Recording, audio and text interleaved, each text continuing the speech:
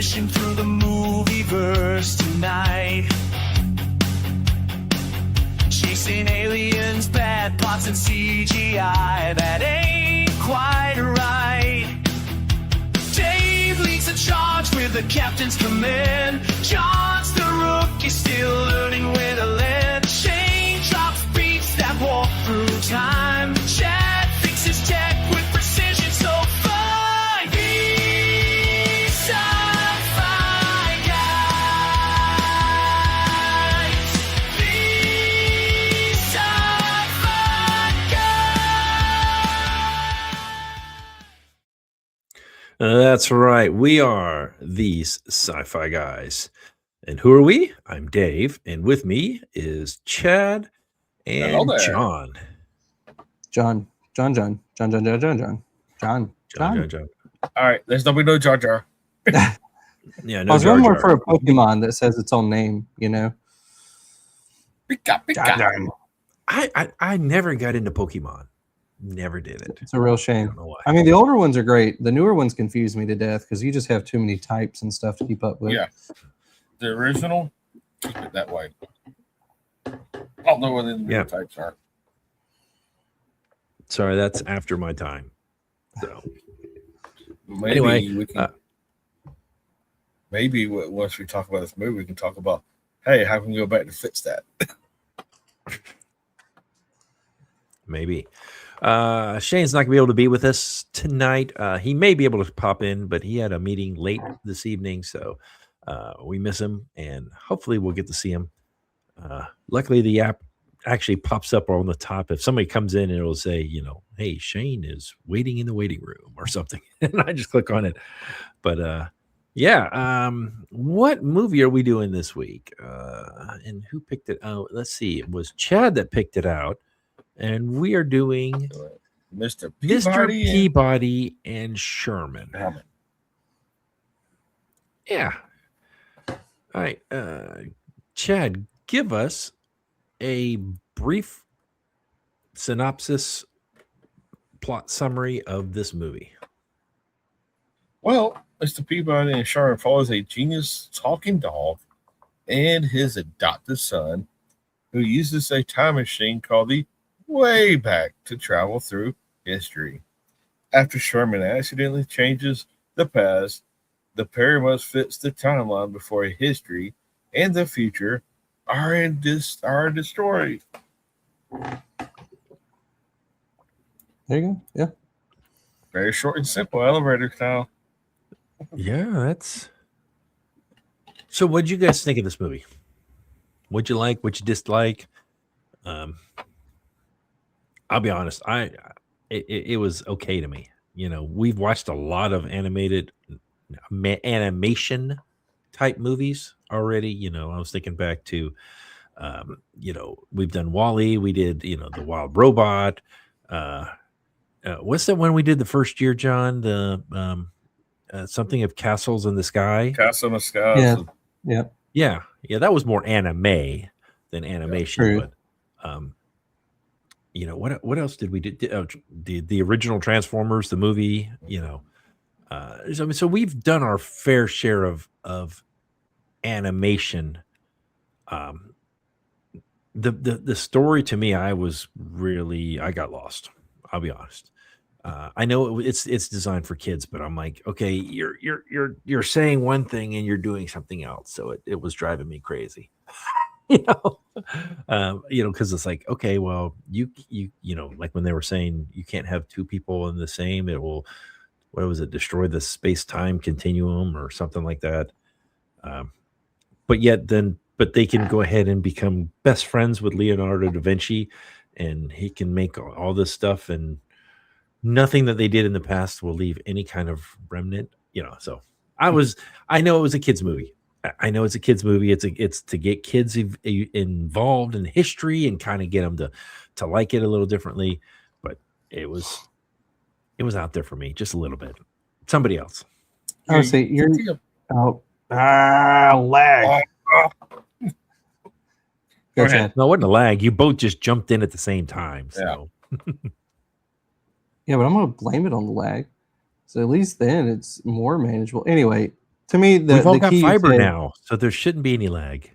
I'm in a garage through at least 4 walls, so surely I'm losing signal somewhere. Oh, your Wi-Fi instead of you're not hardwired? Oh well, okay. Listen, we talked about I need help running Ethernet. That's the whole thing. Anywho, regardless, you mentioned it's a kids movie, and I think that's the key, and that's what makes it so enjoyable in terms of enjoyable. Now we dive in on deep sci-fi topics. Yeah, this movie isn't it at all, but just a fun. Let's dive through history. Basically, give kids a quick world history lesson through like simple time periods and simple like historical figures. Great. Oversimplifying and stereotyping those historical figures just to have good comedy. I mean, I'm down for it. I had a good time. I'll always have a good time watching this film. Usually my class watches it at least once a year just because it's fun to talk through some of the stuff. So overall, I enjoyed it. I get what you're saying, though. It's not the heaviest science of the sci-fi films, but it does have plenty of fake science that's not necessarily good for plot holes. But yeah. You look at this standpoint, and we watch several movies that deal with time machines, especially Back to the Future. This movie kind of referenced some of the stuff. You can't have two of y'all mess up the time. It will mess up time, and we saw it happen where they actually caused a space rip in their time. So yeah, it's not a heavy hitter sci-fi time machine. I'm going to go out there and this is for the time machine sci-fi film. It's meant for kids and get them into what John says, into the history, and probably get them into, hey, look, sci-fi films or this type of sci-fi comedy is trying to get them to make them watch a little bit more of that stuff. So Yeah, I guess part of it is I guess what I didn't care for it is my grandson's 4, so there's going to be years before he's ready for anything like this. But both of you have a kid appropriate age, kid appropriate, no, age appropriate kids in your house. That's where I'm trying to figure out. So I get it. You guys would get this movie a lot more than I did. Yeah, because I was looking at it a little bit more analytical than I probably should have. So, but hey, it is what it is, you know. I mean, you know, I'm gonna have to ask, what did you guys think of the animation, though? I mean, because there was something, I don't know, there was something I couldn't put my finger on. It looked too clean. It looked too perfect, you know. Uh, what'd you guys think? I mean, am I just I mean, it suffers critiquing it from hard? the modern computer animation style. I Yeah, feel I like. guess that's what it is. I grew up on Bugs Bunny and the old 70s and 80s, yeah. you know, cartoons where you can tell a lot of it was hand drawn and a lot of it was the background stuff because you knew what was going to happen because what was the background and what was in the foreground, you know, almost like layers on you know, like on Photoshop or whatever, you know. So I mean, I get that, and like you said, yeah, I mean the modern computers and just the stuff they can do, you know, it's pretty phenomenal, you know. But again, it wasn't what I was expecting. Let's put it that way. I guess that's the easiest way to do it. It wasn't what I was expecting. See, you got to look at this. I'm with you, David. I remember Bugs Bunny on the old even Gumby. If you go back and remember claymation. So Mhm. this was way like the lines and the animation was more smoother. Maybe John can correct me if I'm wrong or not. This is probably was the pinnacle of where the animation was looking smooth, and then all of a sudden they start going back to the blocky, more of the trying to get back to the old school way, but still not as good. I mean, I would even say probably even not so much. This is probably pinnacle of computer animation, like just straight up still 3D animation in Blender. Well, I say Blender, that's the free version of probably whatever they use. But like I would say something more Spider-Man, Miles Morales now probably is merging those two worlds a little better. Whereas this was just straight up like, no, we need to put out a movie. It needs to be put out quick. Let's throw together a 3D animation and just call it a day. And so it wouldn't take that much to go from, a hand-drawn storyboard to completely animating this movie. And I think even the idea of the cleanliness, like, Pixar even now is going for almost like hyper realistic animation to the point like you could almost confuse it for the real world at times. Toy Story 4 comes to mind when they started to repatch up the fabrics and you could actually see, the texture on stuff. But this is just almost just nothing but here's a shape on a screen. We're not going to throw a whole lot of light at it. We're not going to throw a whole lot of texture. And so it's just real smooth. Which to your point, Chad, does kind of almost go back to the old style because really you would just color stuff in. You didn't have a lot of that texture. It's more flat, even in a 3D world. So you kind of have the coloring of old school animation with completely, oh, this is a computer, like actual movement and world and camera and all that. So, but yeah, it's a little too clean. It's my biggest gripe with all modern animated films, which is why I've enjoyed things like Spider-Man that kind of have started to bridge the gap, even if we're not ever going to go back to hand-drawn. But there are some artists out there who are doing some really cool hand-drawn stuff again, and it is so much better quality. But I don't know that we're ever going to get back there. Probably not, just because you can mass produce something on a computer rather than a hand-drawn thing. And a lot of it even is literally lost art. Like we've lost, like we would have to relearn how to do stuff because the people who knew it can't do it anymore, and we just have kind of gotten away from it. So you'd literally have to relearn a lost art in some ways. Well, yeah, I mean, I have a cabinet over here full of comic books. I got some. I mean, basically from the. Well, I do have some from the 50s too in there. But I don't really count those too much because I don't really read. But I mean, like the series and stuff that I was reading, I mean, most of mine are Dark Horse series that I've had. I've got several Marvel ones, but the ones I did, like I've got the Shogun Warriors I'm going to use, for example, in Marvel. You could tell it was all hand-drawn because it was just a totally different look than what you're seeing now. And then kind of going into the Dark Horse, you could tell that they were using much more vibrant colors. It was on a glossy sheet. The paper was glossy rather than the flat, dull original comic, that you got way back in the day. So I mean, and I think this movie's kind of moved along that same line where it's like, okay, instead of doing that, we just kind of put it all together, and I think, like John said, just kind of throw it at it and see what sticks. Pardon me. Was this a TV series? No, I don't think so. At one point, it was an older TV series. I think. I don't think it was. It what has been. I just don't know what era it was. Here, let's do this quick Google. 2015, actually. So after the film. So after the film, they started doing a series. There wasn't and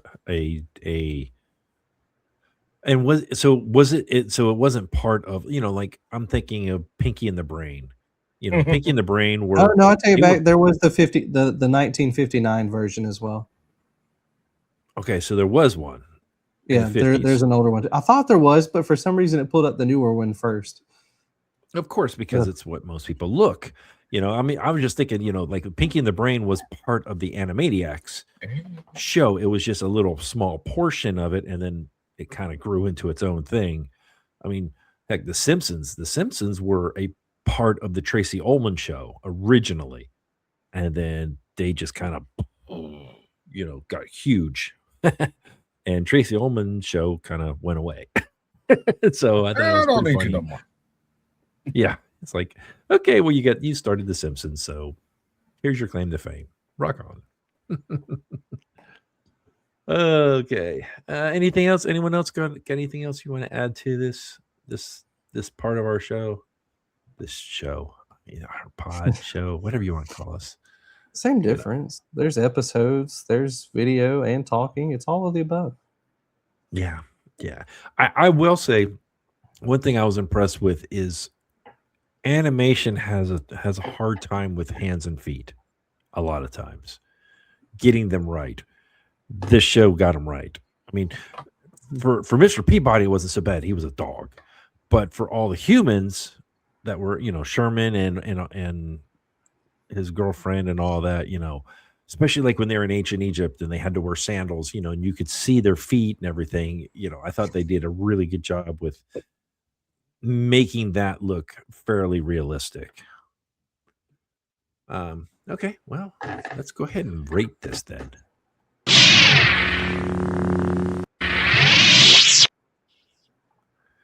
All right, this part of the show, for those of you who are out there in audio land and YouTube land and have never watched us before, and if you haven't ever watched us before, we're going to ask why. But yeah, this is the part where we're going to rate this on a scale of 0 to 5 lightsabers. And Chad picked this movie, so he gets to go first. Yippee, the first to go, always a monkey. So let's just say here, the movie was good.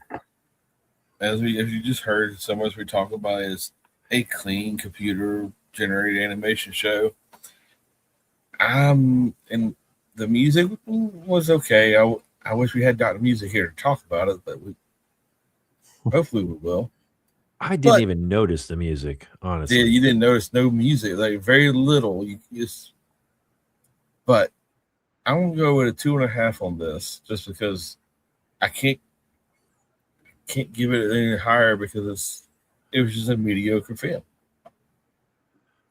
Okay, John.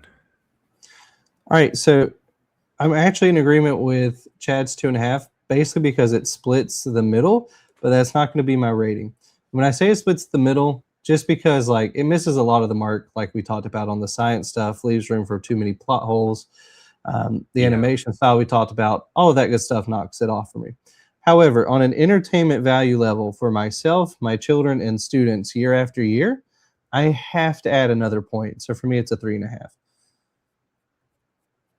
3.5. Wow. I honestly don't know how I want to rate this. I really don't. I mean, because I'm trying not to nitpick it because I just didn't quite get it, I guess, which I guess is okay. It's just not your so- animation is just not really your thing, Dave. I think that's the bigger thing we've Animation learned is here. not really my thing. It really, I mean, I like anime. Don't get me wrong. I've watched My Hero Academia, One Punch Man. I mean, I've watched several of those. I don't think we've got any real. Let me look here real quick. That's not real animation. Yeah, we've got no. I don't think we have. We have one more animated show to do this year. Let me go back to look at previous ones. I mean, you guys bear with me if you don't mind. I remember we did 9. I really enjoyed 9 a lot. Yeah, but the 9 was a great. Yeah, it just had such a good story. Yeah, that's the big thing. I'd say it was very unique. And so was the Wild Robot. The Wild Robot was good. We did Transformers, which we all did not like because they killed Optimus Prime. Never mind, you just don't like subpar animation. There we go. That's maybe Robots. I remember it was decent. Did we rate that? What did I rate that one? Yeah, see, I can't. I actually gave that one pretty high, actually, for me. for you, yes. Really did. For me, yeah. Transformers 1, but that was more CGI, don't you think? That was not really an animation. No, Transformers 1 was animated. It's just modern animation. Same style. It was modern animation. Okay, modern animation. Let me look back at 25. I looked at 25. 23, the first year. Did we do, besides Castle in the Sky, No, we didn't really do Yeah. many. That was a weird movie, but I mean, I agree. Oh, I had no God. idea what to expect. I just knew the studio, and I knew it had sci-fi elements. yeah.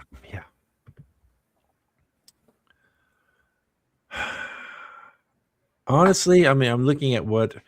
All right, I guess I'm just gonna have to go with what would I enjoy? It was better than Super Mario Bros. Definitely. I hope. Well, you can also, would you watch this again? You don't I always. probably will with my, and when my grandson's older, I'll probably enjoy it a little bit more then. I guess I'll be generous because I mean, part of me wants to do it like 1 or 1.5 because I just didn't care for it. But I think that's just being a little bit too cynical on my side. I'm going to go ahead and go with a 2 and just saying that maybe at the end of the year, I might retcon it and change it a little bit. Fair. Just because I don't know how to rate this. I really don't, because I didn't enjoy the movie. I want to rate it lower, but also it's because of my own age and everything is why I didn't enjoy the movie, rather than what was it really trying to do. And I mean, it was trying to teach history in a sci-fi type way to young kids. And, all right, I'll tell you what, I'm actually going to go ahead and bump it up, be the same as Chad, and I'm going to go right in the middle just because my I could goodness. see what they were going for. I just didn't care for it, but I don't want to let my own Guys. taste in movies be that much of a deterrent on it. Okay, I guess. Who is this man? Look, we got I can still retcon it the other way too. I don't know. I really. It's one of those. This to me is. I mean, all the movies we've done, honestly, to me, this has been the hardest one for me to rate because I didn't really enjoy it, but at the same time, I know where they're going and I see what they're doing, and I could see my grandson would probably absolutely love this. So that's why I don't want to slam it too much. I mean, we've got like 200 followers, and I guarantee you a lot of them are younger people because they're on my bus channel, so I don't want to alienate all of them, You hear this? Dave called us. Yeah. Unsubscribe from all channels. Oh, crud. Yeah. And hold on. Let me add this back in here because I took it out and I didn't mean to take it out. All right. Let me go with these questions. All right. Let's go with the first one. Here it is. What moral or ethical questions does the film raise about creation, life, or destiny? Well, it goes with the ethical. Don't mess with time. As Doc Brown said, don't alter time, you'll mess it up. But yeah, the ethical over you go back when he mentions the Rayback. Now he's got to show it. Now he's got to do this. Oh, and I'm going to stay here in ancient Egypt and marry this King Tut. Yeah, King Tut. And then they're going to sacrifice your life to appease the gods. Yeah. So would you say Ra and Apophis and all those guys, not the Stargate ones. Oh yeah, so we're going to Stargate. Yeah, let's but yeah, you're right. Them fighting, bringing a futuristic machine to go back and forth, even though they hit it, but they all saw it when they disappeared. So why would that not written down in history? Oh, the aliens came to visit us. Yeah, we didn't really talk about plot holes really much, but that's okay. Y'all convinced me. I need to lower my rating back down to a 2. So. But yeah, I mean, there was tons of plot hole, like, you can blow this up, but yet you could be really good friends with Leonardo da Vinci, and he can help you build this machine that will recharge your time machine and get you back, and he doesn't say a thing about it. And then didn't have like Mona Lisa where I love New York shirt and stuff. I mean, you know, and Mona Lisa actually smiled and stuff, you know. Yeah. Yeah. But the thing, Yeah, I you mean, also got the. I get they were just playing with it, but it was weird. The ethical, don't mess with time. I think you don't mess with time in Yeah. creation. We're not meant to be, even though that we are human. We got all free right. We got free will, and there have been times to say, "I'm going to create a life," and it always fails. So Yeah. See, there's also this ethical, almost dilemma of like, who can parent a child? I mean, yeah, we substitute Peabody as a dog, but it does raise that idea. I mean, the whole film really is technically a foster care case.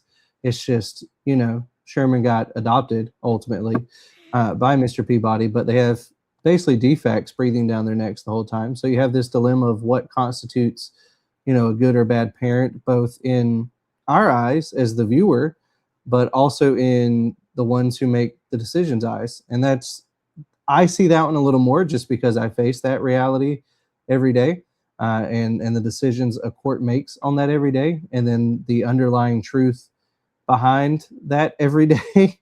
Because sometimes the truth is truth, but that isn't necessarily what makes a case move.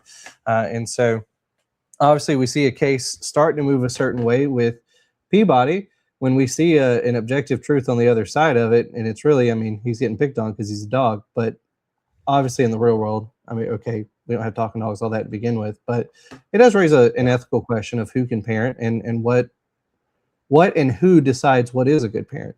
Obviously we all believe, obviously the Bible dictates that, but also what is the restoration process and how does that work? And there's a lot of underlying questions there. Obviously this film isn't aiming to answer those, but it does kind of, again, poke around with the fun of, well, he is a dog and he's raising a kid, and obviously people would raise questions about that sometime. But the idea of time on the other side of this in a more fun way makes me think of a series of TikToks I've seen that I want to get you guys' opinion on. And that is, what would Jesus do if you were to go back in time to see him? Because there's a series of online videos that have this notion that he would basically point you out in the middle of the crowd and be like, go home.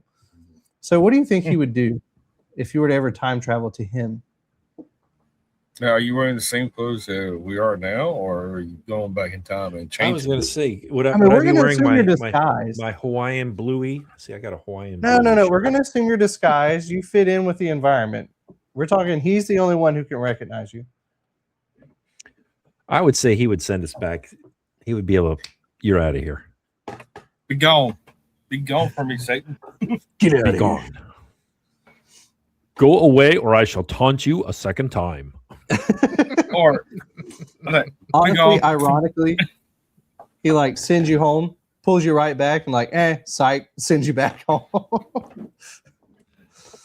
No, God has a sense of humor, so I could see that. That'd be pretty funny. we send you home and like, oh, you changed. You're back. Let me go to the next question. Okay, how do characters express faith, whether it's in themselves and others or in something beyond? Yeah, Well, look, the whole Go ahead, thing. Jeff. you gave it to me the first time. The whole thing was the Peabody. Like, I said, hey, I was a dog waiting to be adopted, waiting to get a family home. Never got adopted, so he went to get higher learning to get a degree in Harvard and all. But he comes across a baby in an alley, not by a fire station, just in an alley. But to adopt him and give him everything that he wished he had. He had faith in that he can raise his child to be just as good or even better that he was treated. He had faith in that, faith in the system. The faith that he showed that he can do this, you gotta think, as parents, we all have kids here, that we'll do mostly anything for our kids because they want to do it. And if the kids know it. So I think he shows the faith that he can do it. And he's convinced the judge to adopt Sherman. So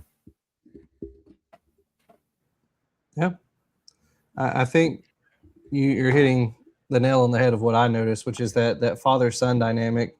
And obviously the faith we can share in the Father, in God, but like you have this constant idea, no matter what trouble Sherman gets into, he knows Mr. Peabody is there, right? And so you have this dynamic of, yes, Mr. Peabody would do anything as his dad, but at the same time, there's a great faith that even when he walks off the path, perchance, Peabody's going to be there. And even when he jacks it all up in the end, Mr. Peabody's still there. He didn't actually die off the cliff. So like, there's just that constant theme of, well, I have faith in my father because my father always has and will show up. And I think it's a good parallel to, our faith experience in general.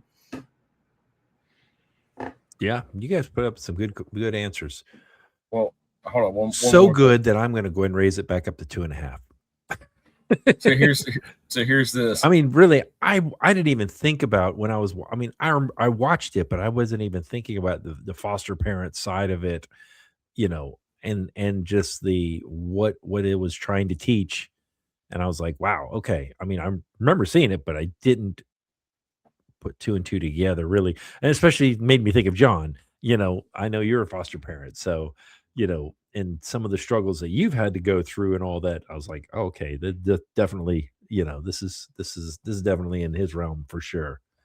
Well, you gotta look at this, the saying of, look at Star Wars. We just did Return of the Jedi, and Luke even said, my father, I'm gonna bring my father back to the light side, the faith in that.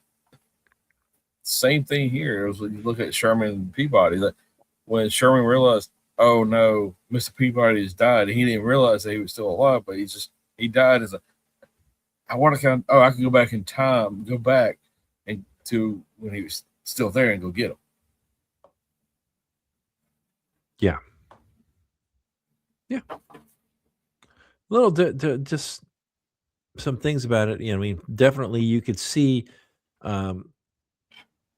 how Mr. Peabody definitely became the father figure for Sherman for sure, and would do anything for him, but yet he still disciplined him when he needed to be disciplined. He still found those teachable moments, and even when Sherman messed up, he could get angry, but at the same time he still taught him, not just, okay, you stunk, you messed up, you did this, you did that, all right, now you're in trouble, whatever. It wasn't so much that, it was, okay, you messed up, here's how we're going to fix it and how you're not going to do it again. Kind of, I mean, it was, I think that's the best way I can say it. He made everything a teachable moment. So, okay, let's fix or improve this movie. What do you guys think? For me, again, I'm all over the place. I just wish it wasn't so crisp. Maybe make it just a slight bit darker, in the way they did the animation. Every era seemed the same to me, and I would have liked to have seen a little, like when they were doing the Trojan horse and all that. I mean, you could see the grain and stuff in the wood and all that. I would have liked that to have been a little bit darker, just because of the time it was actual, different times and all that. Leonardo, that's fine with him, being all bright and all that, and same with Egypt because it was just basically a desert, but I would have liked to have seen a little bit more contrast, I guess, in the different times that they went to. Or like when they went to the French Revolution. Yeah. I mean, the buildings all looked brand new.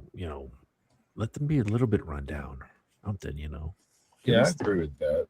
I mean, no, fits the era, fits the where it goes to be almost historical correct in the time periods. That way, you're not, even though you're being funny and you want to just introduce stuff, you can introduce the historical period of time architecture and make it dark and gloomy. Like in the French Revolution, that time, it was not shiny and all this. It was dark and gloomy. It was the only thing you can look at is if it's just it's almost like it's dusk, always dark in there. yeah, but would kids get it? I mean, I know. I No. mean, that's what the movie's based for kids, so I get that why they did. what Or they do the did, but if Hunchback you- of Notre Dame style. Yeah, I could see that where it seems like the buildings and stuff were darker and the people were the brightness. Yeah. I could see that. I thought the way they did that part was cute with the cakes and everything.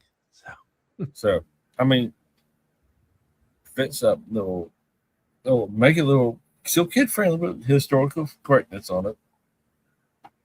I mean, you can't fix the storyline on this. It's the way they wrote this, well, how they made. you can't really take away from the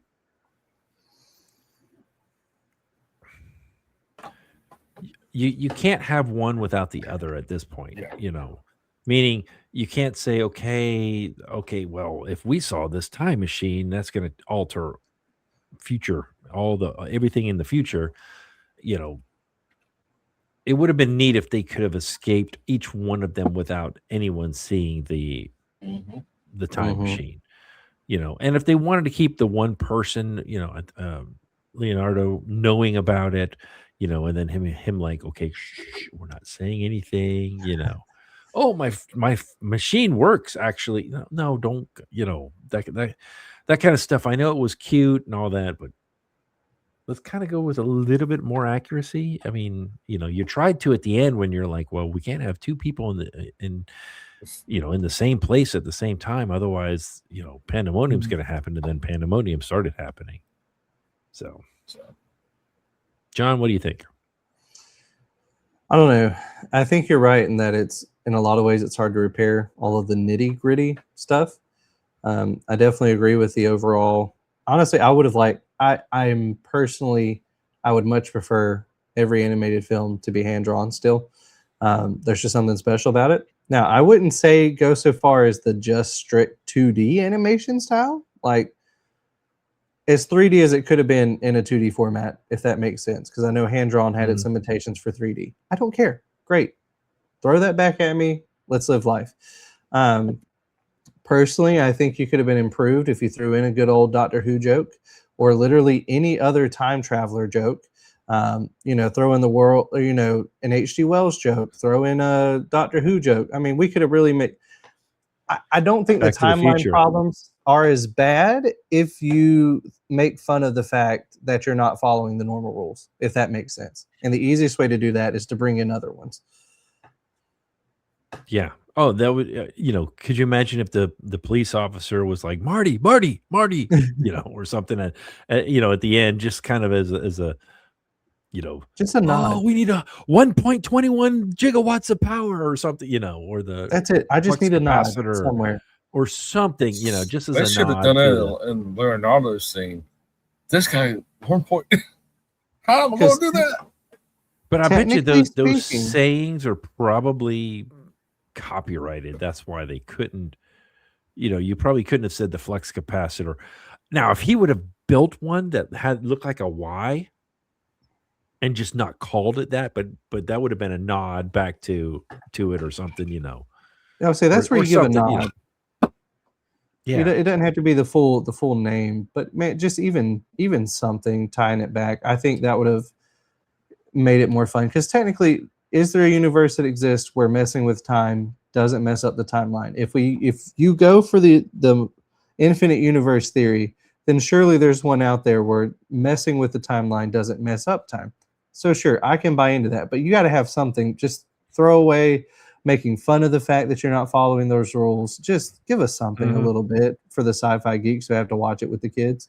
Now, don't be wrong, it's still fun to watch. Again, I was entertained. The puns are fun. It's nice to go through world history, but give the sci-fi nerds a little bit of a bone to fix plot holes. Absolutely. Well, that's our show, everyone. I can tell you we got at least one of our next ones coming up. None of us have ever seen. So we will be interested to discuss that. And we'll see how that all works out. So everyone, appreciate you guys. Well, until next time. Crash and burn. These Sci-Fi Guys is an independent broadcast and is not affiliated with this movie or TV series. We would love to hear from you. Please contact us by leaving a comment below or by emailing us TheseSciFiGuys@gmail.com. Like, subscribe, or share this podcast with someone else who enjoys science fiction. Subscribe or be vaporized.